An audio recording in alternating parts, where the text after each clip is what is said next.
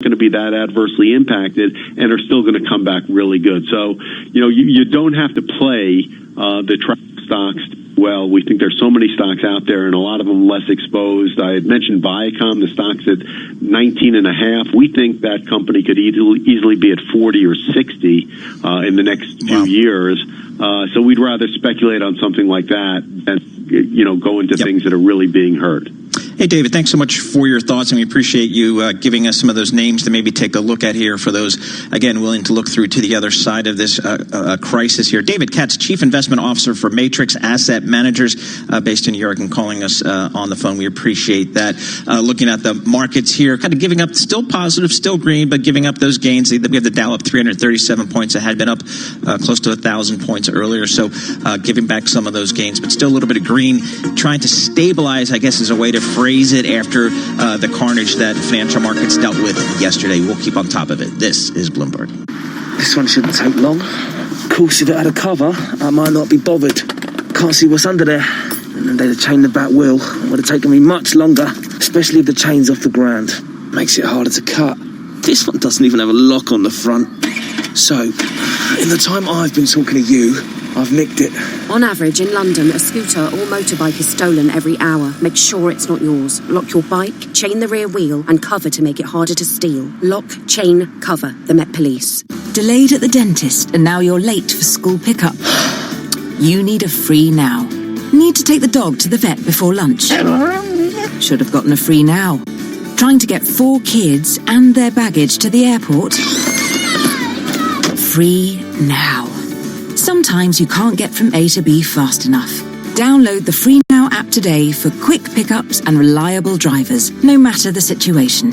Less hassle, more hustle with Free Now.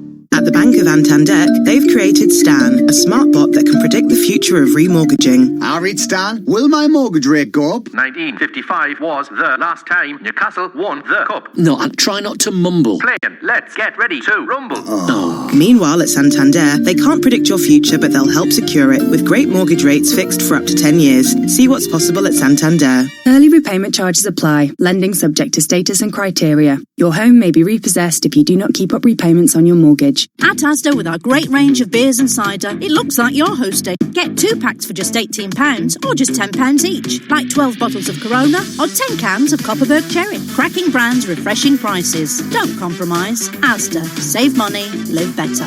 Selected stores subject to availability. Offer ends 18th of March. 330 millilitres each. Drink aware. The financial capital of the world. 24 hours a day at Bloomberg.com, on the Bloomberg Business app, and on Quick Take by Bloomberg. This is Bloomberg Radio. This is Bloomberg Markets with Lisa Abramowitz and Paul Sweeney. Are we on the brink of a more serious downturn? I've always thought of the municipal bond market as a little bit of a safe haven. Banks are going to have to start paying their depositors more. Are we still in that mode where we're buying the dips? Breaking market news and insight from Bloomberg experts. Cash, if you're looking at Treasury bills, provides a higher return than stocks and bonds here in the U.S. If your consumer is a woman, you're more likely to be a growth company. Longer-term interest rates can go down, even with short-term interest rates still going up a little bit. This is Bloomberg Markets with Lisa Abramowitz and Paul Sweeney on Bloomberg Radio. Coming up in the next hour, we'll dig into what the healthcare system needs in the United States in order to be prepared for some sort of pandemic. Plus, we hear from former Treasury Secretary Lawrence Summers speaking with Bloomberg's David Weston. Right now, let's get the market action. Greg Jarrett has that. Greg. A lot of nervous sideways glances at the data screen. Lee says stocks come well off the earlier gain. In fact, the S&P has cut its advance to well less than 2%. Earlier euphoria over pending stimulus appears to be abating. Philip Hildebrand, BlackRock Vice Chairman, tells Bloomberg that even if oil and virus problems go away right now, there are going to be some continuing headwinds. Longer term, we're going to see real questioning around global supply chains. One of the things I observe when we talk to CEOs all over the world and the companies that we're invested in, every single audit committee, every single risk committee of every major company is basically taking, asking hard questions to senior management. How are you dealing with the exposure to China, the exposure to global problems? We check the markets every 15 minutes throughout the trading day here on Bloomberg Radio. The S&P 500 is up 1.3%, up 36. The Dow is now up less than 1%, up 229. The NASDAQ is up 1.6%, up 128. The 10-year is down 13.30 seconds. The yield is 0.5791%. West Texas Intermediate crude's up just about 2% at 33.09 a barrel, with COMEX gold down 1.1% at 16.57 even per ounce. The dollar yen 103.83. The euro $1.1372, and the British pound $1.30. That is a Bloomberg Business Flash. Bloomberg Markets continues now with Paul and Lisa. Greg, Jared, thank you so much. We appreciate that. The rally this morning losing some steam here. Let's see where the action is with the small and mid-cap stocks. We welcome Bloomberg Stocks editor Dave Wilson. Dave, what are you looking at this morning? Well, you look at the smaller companies, and they're definitely losing steam as well. The Russell 2000 at one point was up 2.9% today. Now it's only higher by 0.5%. So it's trailing the S&P 500, which is up by 1.3%. Smaller companies, smaller gains. That's what we're looking at here. That said, the biggest advances in the Russell, a lot of them belong to energy stocks. The largest one is the oil services company KLX Energy Services. Ticker is KLXE. It's up 27.5%. And Callum Petroleum, ticker CPE, has risen 20.5%. Oil tanker owners are higher on the prospect that lower crude prices will spur demand for offshore storage. TK, that's TEEKAY, and the ticker is the letters T and K. It's up 23.5%. Nordic American Tankers, ticker NAT, is up more than 19%. Coal producer Hallador Energy, ticker HNRG, has climbed about 26%. The company had an unexpected fourth quarter profit as revenue beat analyst average estimate in the Bloomberg survey. Now, one of the Russell's steepest drops belongs to Frontier Communications, ticker FTR. It's down more than 31%, trading at just 29 cents a share. People with knowledge of the phone company's plans said Frontier will skip interest payments due Sunday as it prepares to file for bankruptcy. Now, Frontier declined to comment. Dave Wilson, Bloomberg Stocks editor, thank you so much for being with us. We've been talking a lot about the coronavirus, the effect on markets, the effect on businesses. What about the effect on the healthcare system? And this is an important topic, and we're lucky to have Susan DeVore, Chief Executive Officer of Premier Incorporated, joining us on the phone. Susan, you are in a premier place to actually see the issues here. You're discussing with the government the potential vulnerabilities in the healthcare system. What are you finding? Yeah, we just briefed an administrative task force, and Premier, we're working 24/7. We've got 4,000 hospitals and 175,000 non-acute care providers, and what we're seeing is everybody is worrying about the current supply. The demand is 3 or 4 times what normal demand would be. And because we have a fragmented system, what we're hearing is federal, state governments, and private healthcare systems really trying to figure out how to work together so as not to hoard supplies and to be able to get the supplies where they're needed. So, Susan, at this early stage here in the U.S., where are the bottlenecks? Where are the problems? Where are the areas that you're focusing on and the other folks in the industry are focusing on? Yeah, so Premier did a survey of all of our healthcare systems to ask that very question. And what we're hearing and seeing in the data and in the responses is that people are most worried about the protective attire, the masks, the gowns. There is essentially a 2-week supply of that. There are longer term supplies of some of the other stuff, but protective attire that really protects the healthcare workers, protects the people who don't have the coronavirus. That is where very significant short-term challenges exist. I think longer term, there are real challenges for nursing homes and non-acute care providers, and there are real challenges in the pharmacy supply chain. But in the short term, it's centered around right now a lot of the protective equipment and attire. Susan, what's the historical precedent for this period for the healthcare system and the potential stress we may see there? We have seen as a healthcare system a variety of, H1N1 viruses and other kinds of challenges. The spread of this one is creating what many people think will be a significant demand. And when you couple that with our dependence on China and Southeast Asia for a lot of these products, we have sort of the perfect storm. We'll have very increased demand for these products, and we'll have limited supply of the products because they're coming from places that, have shut down that exportation. So we as a U.S.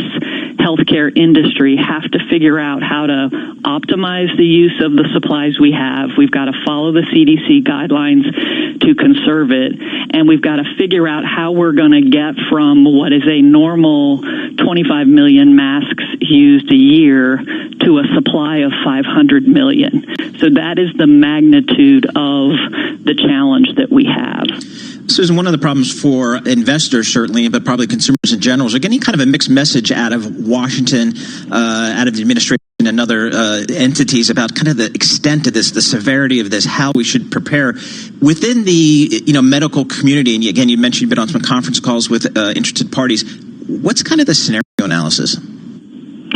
The scenario analysis for premier healthcare systems and providers is that 90+% of them are worrying about the supply and demand. And with the ability for this virus to spread, are they going to be able to protect their healthcare workers, and are we going to have enough supply for everybody that needs this protective attire? So I would say that healthcare systems are initiating policies to protect their employees. Many companies, healthcare and otherwise, are canceling travel and limiting large group meetings and those kinds of things. So we're trying to slow or suppress the spread of this, and at the same time, Premier is trying to unite all of these healthcare providers and work with the federal and state governments to really try to ensure we have adequate supply of the products that are needed. Susan, thanks so much for joining us. We know you're incredibly busy in your team at Premier, kind of working through this as the healthcare community is in general. Susan DeVore, Chief Executive Officer for Healthcare Services Company Premier, that's based in Charlotte, North Carolina. Interesting, Lisa, that it seems to be, as Susan was suggesting, the most immediate concern is kind of that protective attire for healthcare workers, masks and gowns, and we've seen that in some other countries where healthcare workers have in fact become infected in pretty big numbers. Yeah, I've been reading articles about how there's a concern because you need to have more than one mask a day for all the healthcare professionals, and if you wear it for too long, it then isn't sanitary. That's an issue. There's also an issue of just healthcare professionals themselves. Are there enough? Yeah, very interesting. We'll obviously be following up on this story. Right now, let's head down to our 99.1 studios in Washington, D.C. for World and National Headlines with Nathan Hager. Nathan, what do you have? Well, Paul, President Trump is reportedly considering disaster declarations for states dealing with the coronavirus. The New York Times reports it is one idea the White House is floating as it continues to formulate its fiscal response to the outbreak. Declaring a disaster would allow FEMA to distribute aid without waiting for Congress. Centers for Disease Control Director Dr. Robert Redfield is defending the government's response to the outbreak so far to lawmakers on Capitol Hill. With LabCorp and Quest both operational as of yesterday, there's really laboratory testing availability to any doctor's office that can go through LabCorp and Quest. And this morning, Health Secretary Alex Azar told CNN there are more tests available than needed. New York Governor Andrew Cuomo disputes that, saying testing capacity needs to be increased. Bloomberg's Amy Morris reports lawmakers are at work on a second coronavirus bill. This is on top of the first roughly $8 billion measure signed by the president last week and separate from the president's proposed payroll tax cut. House Democrats want to introduce another coronavirus response bill as soon as possible, providing free testing, expanding unemployment insurance, and allowing for paid time away from work. House Appropriations Chairwoman Nita Lowey says she wants a vote in the House by the end of the week. House Speaker Nancy Pelosi says it might have to wait until lawmakers return from recess week after next. In Washington, I'm Amy Morris. Enterprise, Bloomberg Radio. For the third time in as many days, Joe Biden has picked up an endorsement from a major national gun control group. The Newtown Action Alliance is backing the former vice president. Michael Bloomberg, founder and majority owner of Bloomberg Radio, parent Bloomberg LP, has endorsed Joe Biden for president and donates to groups that support gun control. Global news 24 hours a day on air and on Quick Take by Bloomberg, powered by more than 2,700 journalists and analysts in more than 120 countries. Our relationship with Asia is simple. Find the most experienced journalists. These countries will need each other more and more in the future. Let them gather the best data and experts. Let's get to Singapore now and our guest. Then bring everything they find straight to you. Let's talk about where you are. There's quite a lot of headwinds there too. Actually, it's not simple. It's just better. Bloomberg Daybreak Asia, tonight at 6 Eastern on Bloomberg Radio, the Bloomberg Business and BloombergRadio.com. Bloomberg, the world is listening. Hope you enjoyed your meal. And I just want to say, he's lucky to have a brother like you. Lucky? Caring for my brother is far from easy. But he's a part of me, like my arms and legs, so I'll be his. No time for tired. Nothing can disable this love. He needs me, but I'm the lucky one, even though I need help now and then. If you're caring for a loved one, visit aarp.org/caregiving for care guides and community. Support for your strength. Brought to you by AARP and the Ad Council. Are you interested in a challenging and exciting career? One where you can be part of solving complex challenges across industries and geographies? Bloomberg's ever-expanding technology, data, news, and media services foster innovation, empower clients, and offer nearly limitless opportunities for career growth. Visit Bloomberg.com/careers today to view our current job opportunities. Bloomberg LP is an equal opportunity employer. The address once again is Bloomberg.com/careers. To buy your home, you became a house hunting ace, learned about loans, scoured neighborhoods, and asked the right questions. Now you're queen of your castle. If you manage that, you can get your retirement plan on track. Visiting aceyourretirement.org can help. With 401k tips and smart saving strategies, you'll feel empowered to own your retirement like you own your home. Go to aceyourretirement.org, because when it comes to clearing financial hurdles, you're an ace. Brought to you by AARP and the Ad Council. Welcome to Costa, the nation's favourite coffee shop. What can I get you? A flat white, please. And would you like to enter the 10 million point Costa Coffee Club giveaway? Yeah. And collect points towards free coffees and treats in store. Thank you. You're welcome. Registered Coffee Club members only. 18 plus, GB only. Excludes Northern Ireland. Purchase required. 9th of March to 5th of April. The question, what is your favourite branded coffee shop, was asked. See costa.co.uk for full details and T's and C's.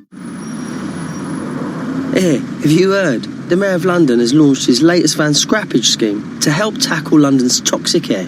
Small businesses or sole traders like me with a polluting van could now get £7,000, which you could use to trade up to a Euro 6 vehicle. And you could get an extra £2,500 towards running costs if you go electric. The scheme is now even easier to qualify for, and it's open to any businesses with up to 50 employees, like mine. So, I'm going to search TfL scrappage to see if I'm eligible and apply. You should do the same. To the Mayor of London and TfL, every journey matters. At the Bank of Santander, they've created Stan, a smart bot that can predict the future of remortgaging. All right, Stan, will my mortgage rate go up? 1955 was the last time Newcastle won the cup. No, try not to mumble. Playing, let's get ready to rumble. Meanwhile, at Santander, they can't predict your future, but they'll help secure it with great mortgage rates fixed for up to 10 years. See what's possible at Santander. Early repayment charges apply. Lending subject to status and criteria. Your home may be repossessed if you do not keep up repayments on your mortgage. At Asda, with our great range of beers and cider, it looks like you're hosting. Get 2 packs for just £18 or just £10 each. Like 12 bottles of Corona or 10 cans of Copperberg Cherry. Cracking brands, refreshing prices. Don't compromise. Asda. Save money. Live better. Selected stores subject to availability. Offer ends 18th of March. 330 millilitres each. Drink aware. It's a new day. Grab the bull by the horns of ambition. There's 2 U's in future. Which do you want to be? Or leave the motivation to Vitality. With our health insurance, you could get the Apple Watch Series 5 to help set your goals. From just £99 up front with nothing more to pay if you stay active. Search Vitality Health. Life's better with Vitality. Upfront payment varies starting from £99. 18 plus selected models only. 24-month credit agreement, variable direct debit. Available on certain Vitality plans. Minimum premiums, terms and exclusions apply. Heroes. They're the ones we look up to, or sometimes down at, if they're under your sink, mending a broken pipe. Whether it's plumbing to plastering, heating to electrics, at Local Heroes, every job completed by an expert tradesperson comes with a 12-month British Gas guarantee when you pay online. So, if it needs fixing, there's a local hero for that. To get a quote, search Local Heroes. Terms and conditions apply. This week on the New Yorker Radio Hour, we'll ask whether America is ready to elect a Democratic Socialist for president. Plus, the science fiction legend William Gibson on climate change and the end of the future. How often do you hear the phrase, the 22nd century? Don't hear it. We no longer have that sense of cultural anticipation. Listen to this episode of the New Yorker Radio Hour on TuneIn today. The puck drops. 12 players face off to win. The suspense is pure torture, but you wouldn't miss this for the world. TuneIn brings you every minute of the NHL season. Listen live to hockey when it matters most on TuneIn. When you're not listening to your team, take it to the end zone, the rim, or the net. Keep up with the biggest moments in sports by following TuneIn on social media. Block, Cook into the end zone for the touchdown. From reminders of the live top games to tips of the best sports stations and podcasts. Welcome to Undisputed. We are live from Los Angeles. I'm Jenny Taft here with Skip Bayless. Follow and TuneIn on Facebook, Twitter, and Instagram to get the most out of TuneIn. You're listening to Bloomberg Markets with Lisa Abramowitz and Paul Sweeney on Bloomberg Radio. Coming up, we're awaiting comments from former Treasury Secretary Lawrence Summers. He's speaking with Bloomberg anchor David Wesson. We'll have that for you in just moments. Quick data check here, Lisa. Looking at the S&P, we're up 33 points. That's up 1.2%. The Dow up 217 points, 206 points. Sorry, it's up about 0.9%. NASDAQ up a little bit better. Tech's doing a little bit better here, up about 1.4%. So green on the screen, but well off the highs that we had earlier today. Looking at the Treasury market, the 10-year's down 14.30 seconds, pushing the yield up just slightly, 4 basis points to 0.58%. The 30-year, we're back above 1%, 1.04%. So a little bit of a clawback in the Treasury market. Again, I think a lot of action here in the energy markets. We've got WTI crude up 6.4% after that historic 20% plus sell-off yesterday. Yeah, there was a rally that really was banking on Washington, D.C. coming through with something, but we are getting reports that President Trump is not necessarily prepared to unleash some sort of specific detail about the plan, and we are going to hear more about that throughout the day. Right now, though, to get a view on what the government could, should, and would be doing, former Treasury Secretary Larry Summers, with plenty of experience through crises and otherwise, leading the Treasury Department of the United States, speaking with Bloomberg anchor David Weston, sitting down to try to cast this both in historic terms as well as push it forward to the future and what we should expect and look for from the government. Let's listen in. Bloomberg contributor. He is Larry Summers. Of course, he's former Treasury Secretary, among many other things. He's joining us from Cambridge, Massachusetts. So, Larry, thank you very much for being here. We are going to...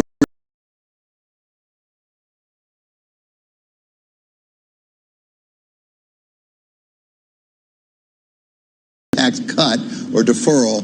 Does that make sense? I think if it's designed right, it probably does make sense, particularly if a significant part of the stimulus is going to employers who choose to retain their workers, who choose to offer sick pay for their workers who get caught up in medical problems associated with coronavirus. But I don't think anybody can think that tax cuts of the kind we've gone to the well with in past recessions are sufficient at a moment like this. There are complex financial issues with maintaining the flow of credit on which the Treasury and the Fed need to partner. There's urgent need for developing adequate infrastructure and facilities for testing and treating and, where necessary, quarantining people with respect to these problems.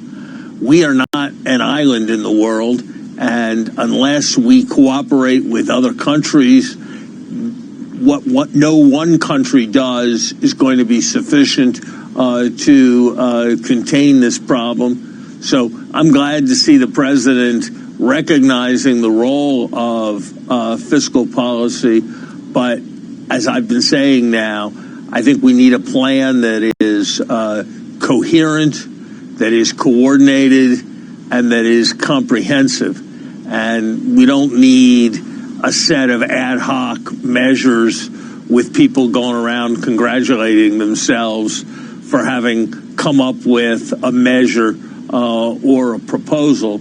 We need to be thinking about what we want to be doing today to put ourselves to be in the right place a month or 3 months from now. So yes, the impulse to fiscal policy is probably appropriate. I don't think the levels that people are talking about in the low hundreds of billions of dollars are likely actually to be sufficient in the context of more than a $20 trillion economy. I think we've got to recognize that the risks are very much on the side of underdoing it. So exactly, and that goes to the question of how big is the breadbasket here. I remember back in 2009, there were a lot of questions being raised about whether, in fact, we stepped up big enough in the fiscal stimulus. And many economists thought we did not do it big enough. Do you have any sense of magnitude that would be required sufficient to accomplish what you're talking about? I think we'd better have an apparatus in place that will enable us to be spending at a rate of above $500 billion a year by the end of the summer. I'm not certain that all of that will be necessary, but we've got to have the capacity to be spending at more than that rate. And it wouldn't surprise me greatly if we had to escalate beyond that.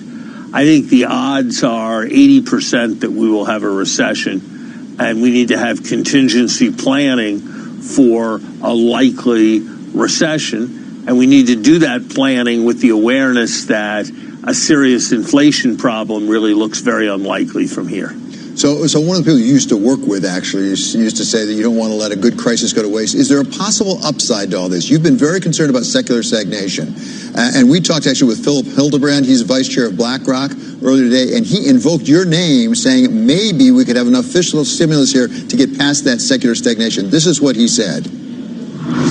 This may also be an opportunity where we look back, you and I, hopefully 5 years from now, we could say,